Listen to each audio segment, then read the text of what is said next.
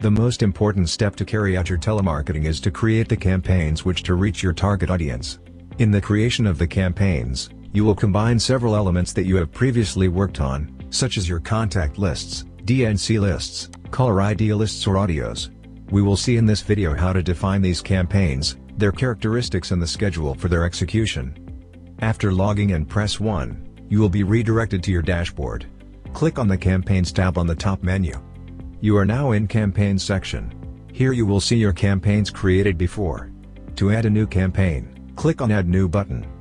You will be redirected to a new window. In order to create the campaign, you must fill the form out. The first part is general fields. You must set a name for the campaign.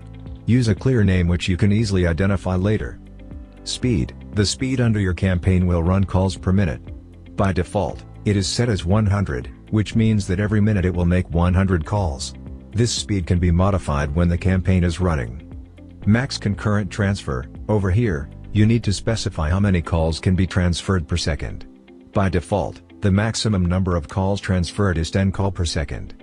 Max call duration. How long will the call last, in seconds? Next thing is the audio. On the Select Audio field, you will see a drop-down list. Click on it and you will find the audio files that you have previously uploaded. Explained in another video, this audio file is going to be the digital receptionist that the customers are going to listen to when they take the call. Caller ID. This field will allow you to define the caller ID number that whoever gets the call will see. You can define a unique number for all calls in your campaign. In that case, enter it in this field. If you want the caller ID to be different in each call according to a previously uploaded list, leave this field blank and select the list in the next field. Caller ID group. Select the caller ID list previously uploaded. If you haven't done it, you can check our video explaining how to manage caller ID lists on our YouTube or Vimeo channels. Lastly, the DNC field. In this field, you will select a DNC list that you have previously uploaded, or you can leave it without any list. Once you complete all the parameters, click on Next Step button and it will take you to Contacts tab. When clicking on the drop-down list, you will find that there are the contact lists that you have created before. If you have more than one list, make sure to add the correct list that you want for the campaign. Max retries. You can also specify the amount of retries that will be done in the campaign for numbers that were not able to connect the first time they were dialed. Set 0 if you don't want, press 1 to retry the call. You must specify the time to retry. This parameter must be in seconds. After you complete both sections, click on Next Step button to set the last step. You are now in the voicemail settings. If you want to set a specific audio for your customer to listen to whenever they don't pick the call, you can set up the audio of the voicemail here. For this, you need to enable voicemail detection. Then, select the audio file with the voicemail message, which you should have previously uploaded. When you click on Next button, you will find the transfer settings. This need to be related with the audio set on the general fields. This means that if the audio says, press 1 to communicate with the direct line, you need to set the direct line in here. When clicking on the Add Press Key button, you need to select the key.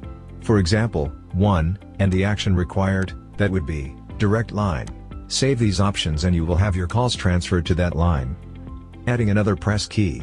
To add a phone number to a DNC list, you must choose this option, and then select the DNC list where you want to put the incoming numbers. Automatically, this option will be putting the phone numbers that don't want to be called anymore. This is important as you have a type of dynamic list that is going to be increasing by itself. After you are done, click on Save button. Then, you are going to find our transfer settings finished. After setting everything up, the last step would be the schedule settings. This is the time where the application will be sending calls. You can set the weekdays when the dialer is going to be sending the recordings. You can check days as wanted or needed. For example, if you want to send calls from Monday to Friday. From option is going to set the date and time when the campaign is going to start sending calls. To option, shows the time where this campaign is going to stop sending calls. Daily schedule start time and daily schedule end time. For these two options, you need to set the time lapse where calls are going to be sent to the customers. Usually, you set this from 8 AM to 6 PM. Time zone call start time and end time, same as the previous option. In this case, the time lapse is going to be taking into account the time zone. It could be US/Central, US/Pacific, Eastern, and Mountain Time. To make it brief, Outbound calls will be made between time zone call start time and time zone call end time local to contact being called. To finish, click on the submit button and you will have your campaign ready. Now, you will see your campaign on the campaign list. In this list you can see campaigns previously created. If you need to remove a campaign, select it and click on Delete Selected button.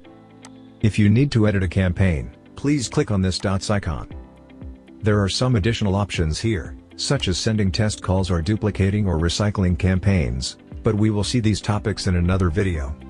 That would be all for setting campaigns. Hope you enjoyed this video. Thanks for watching.